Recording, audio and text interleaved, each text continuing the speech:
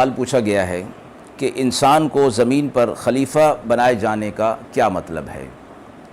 اللہ تبارک و تعالی نے دنیا میں انسان کو خلیفہ مقرر کیا اور بنایا ہے، اور خلیفہ کا معنی نائب ہوا کرتا ہے، اور نائب کی ذمہ داری نہ صرف یہ کہ وہ خود اللہ تبارک و تعالی کی اطاعت کرے، بلکہ اللہ تعالی کے حکم کو اور اس کے قانون کو دوسروں پر بھی نافذ کرے، اور اس کے لیے جتنی اس کی کوشش ہو سکتی ہے اس کو انجام دے۔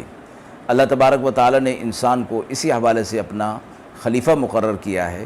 اب انسان کی یہ ذمہ داری ہے کہ اللہ تبارک و تعالی کے احکامات کو نہ صرف یہ کہ اپنے اوپر لاگو کرے، بلکہ اور لوگوں تک بھی ان کو پہنچائے، اور اس قانون کو دنیا میں نافذ کرنے کی پوری کوشش میں اپنی زندگی کو صرف کر دے۔ وآخر دعوانا ان الحمد للہ رب العالمین۔